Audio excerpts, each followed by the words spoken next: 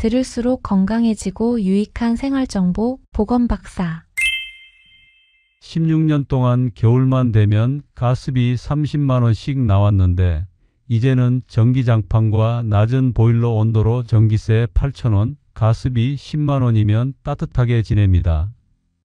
대전 중구에 사시는 78세 박정수님 이야기예요. 오늘 알려드릴 방법으로 난방비가 확실히 줄어들고 비용 부담도 거의 없습니다. 지금 잘못된 방법으로 하고 있으시면 저온 화상이나 심하면 화재까지 올 수 있어요. 혹시 여러분도 새벽에 너무 더워서 장판 끄고 다시 추워서 켜고 반복하신 적 있으세요? 아침에 일어나니까 허벅지에 빨간 반점이 생겨 있거나 장판에서 타는 냄새가 난 적 있으신가요? 만약 한 번이라도 있으셨다면 지금 당장 이 영상 끝까지 보셔야 합니다. 여러분 집 전기장판이 지금 이 순간에도 위험할 수 있거든요. 저는 25년간 가정에너지 효율과 난방 안전을 연구해온 에너지환경공학 박사 이정호입니다. 지난 25년간 5천 가구가 넘는 분들의 난방 문제를 개선해 왔습니다. 많은 분들이 보일러는 외출할 때 꺼야 하고 전기장판은 전자파가 세고 위험하다고 믿습니다. 하지만 사실은 정반대예요. 보일러는 외출할 때 완전히 꺼버리면 다시 데우는데 전기가 몇 배로 들어갑니다. 그리고 전기장판의 진짜 위험은 전자파가 아니라 라텍스 위에 깔기, 멀티탭 연결, 겹쳐 쓰기 같은 잘못된 사용법입니다.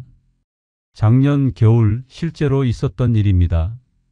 70대 어르신이 전기장판을 켜놓고 주무시다가 새벽에 연기 냄새를 맡고 깨어나셨어요. 장판 한쪽 끝이 까맣게 타들어가고 있었습니다. 다행히 빨리 발견하셔서 큰 불은 안 났지만 10분만 늦었어도 큰일 날 뻔했죠. 소방청 통계를 보면 매년 겨울마다 전기장판 화재가 100건 이상 발생합니다. 그런데 그중 80%는 장판 자체의 결함이 아니라 사용자가 놓친 단 한 가지 때문이었습니다. 그 한 가지 지금부터 차근차근 알려드리겠습니다. 끝까지 보시면 올겨울 난방비 걱정은 물론이고 안전까지 확실히 지켜드릴 수 있습니다. 오늘 말씀드리는 내용은 일반적인 생활 안전 정보입니다. 제품마다 사양과 사용 환경이 다를 수 있으니 반드시 제품 설명서를 확인하시고 안전에 문제가 있다고 판단되시면 전문가와 상담하세요. 댓글로 여러분이 가장 힘들어하시는 난방 고민을 알려주세요. 보일러 가스비가 부담되시나요? 아니면 전기장판 안전이 걱정되시나요? 대전 중구에 사시는 78세 박정수님은 2008년부터 16년 동안 겨울마다 고통스러우셨습니다. 보일러를 하루 종일 틀어놔도 방이 추웠어요. 온도를 25도까지 올려도 발이 시렵고 이불 속이 차가웠습니다.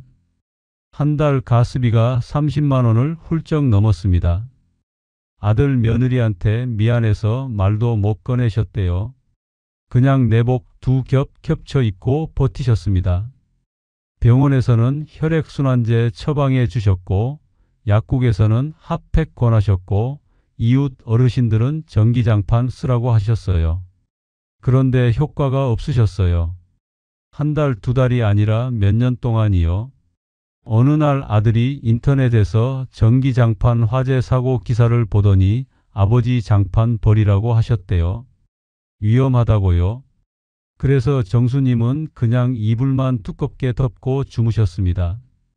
그런데 새벽에 추워서 깨는 날이 많았어요.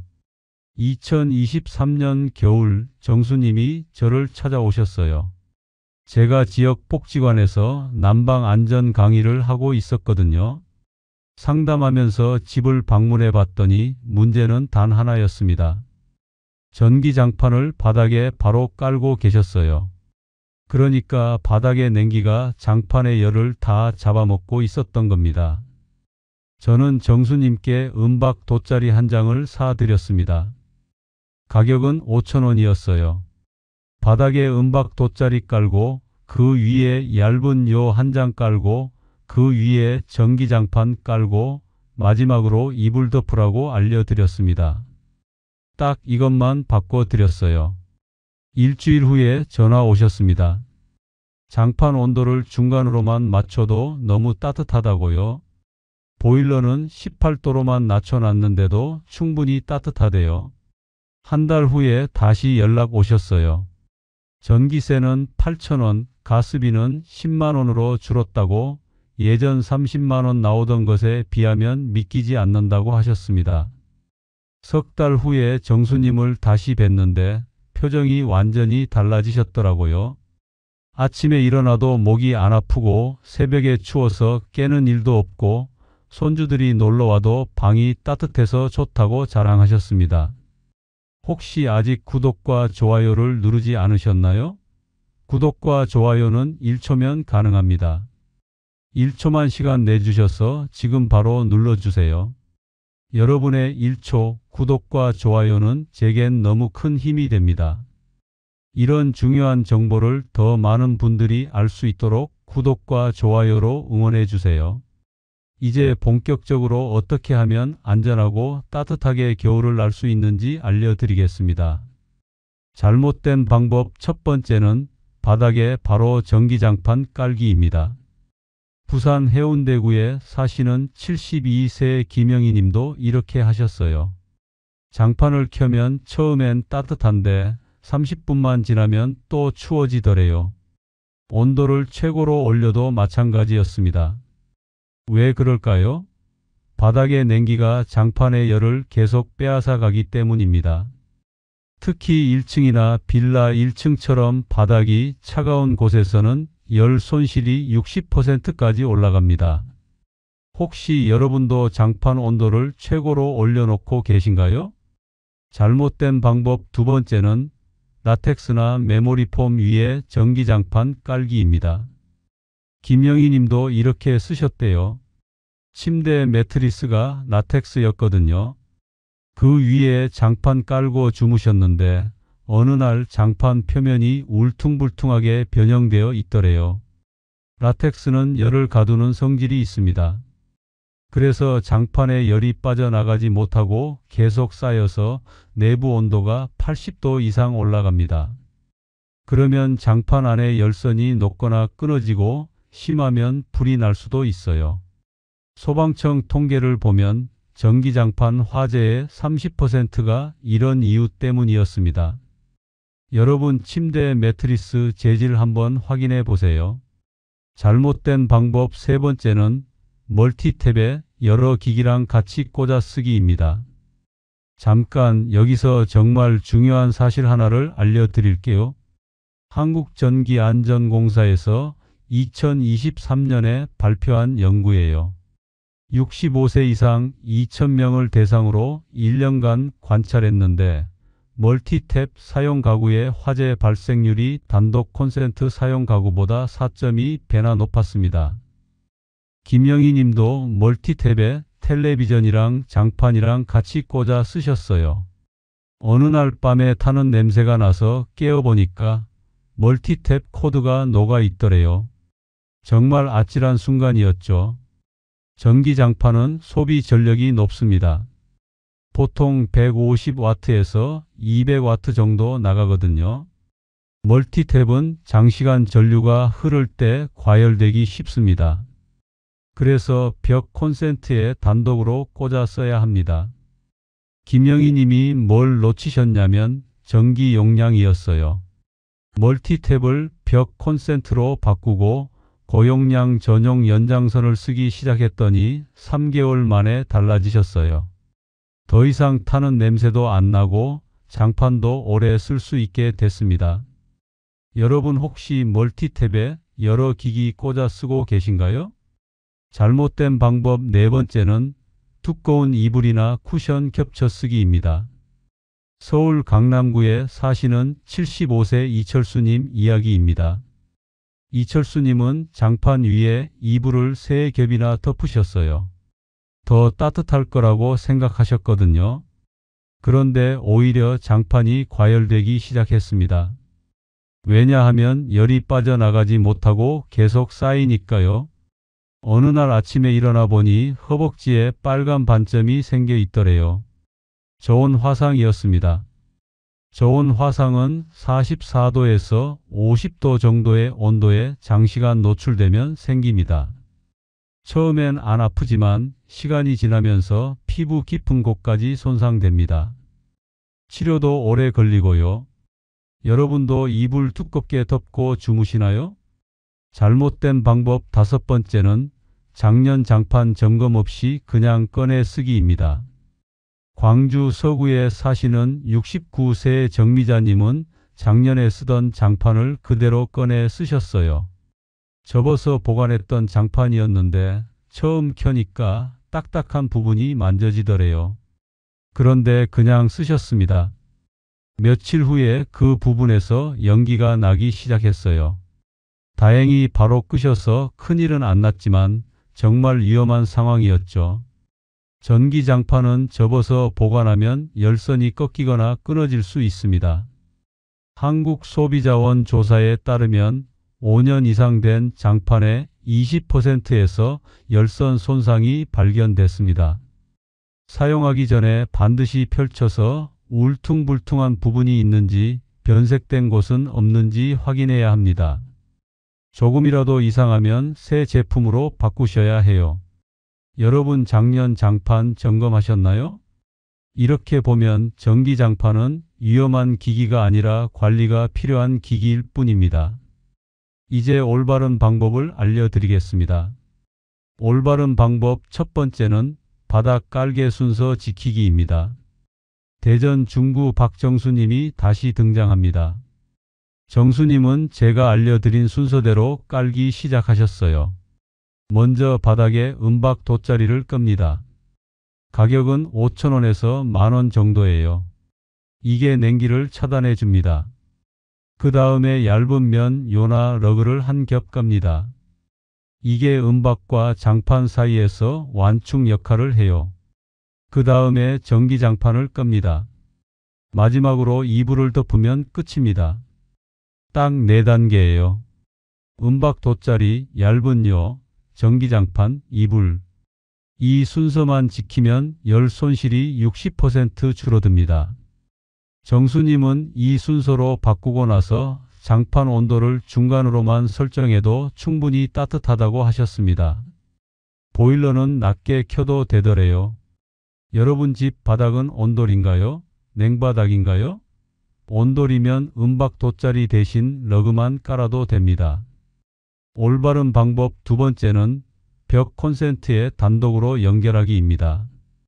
부산 해운대구 김영희님은 멀티탭을 버리고 벽 콘센트를 사용하기 시작했습니다. 처음엔 콘센트가 하나밖에 없어서 고민하셨대요. 그래서 제가 고용량 전용 연장선을 추천해 드렸습니다. 가격은 15,000원 정도였어요. 일반 멀티탭이 아니라 전기장판 전용으로 나온 제품이 따로 있거든요. KC 인증과 EMI 인증 마크가 있는지 꼭 확인하세요. 이 마크가 있으면 안전 기준을 통과한 제품입니다. 영희님은 이렇게 바꾸고 나서 더 이상 타는 냄새가 나지 않았고 장판도 훨씬 오래 쓸 수 있게 됐습니다. 혹시 여러분도 멀티탭 쓰고 계신가요? 올바른 방법 세 번째는 예열 후 타이머 설정하기입니다. 서울 강남구 이철수님은 저온 화상 이후로 사용법을 완전히 바꾸셨습니다. 잠들기 1시간 전에 장판을 켜서 이불을 따뜻하게 만들어 놓으세요. 그리고 잠들 때는 타이머를 3시간으로 맞춰 놓습니다. 그러면 자는 동안 자동으로 꺼집니다. 이불이 이미 따뜻해져 있으니까 꺼져도 새벽까지는 충분히 따뜻합니다. 온도는 중간으로 설정하세요. 최고 온도로 오래 켜두면 저온 화상 위험이 커집니다. 특히 당뇨가 있으신 분들은 감각이 둔해서 화상을 못 느끼실 수 있으니 꼭 주의하세요.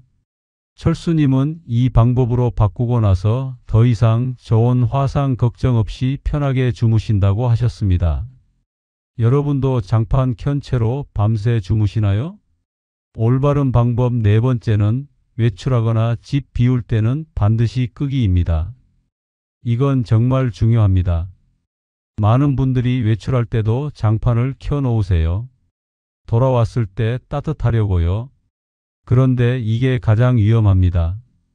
사람이 없는 동안 과열되거나 이불이 쏠려서 한쪽만 뜨거워지면 불이 날 수 있어요.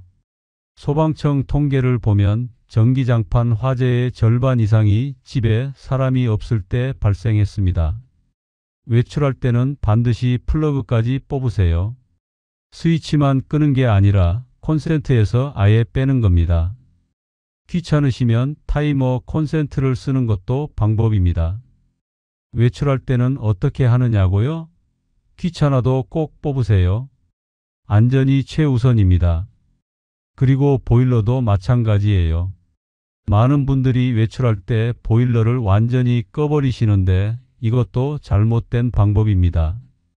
보일러를 완전히 끄면 방과 배관이 완전히 식어버립니다.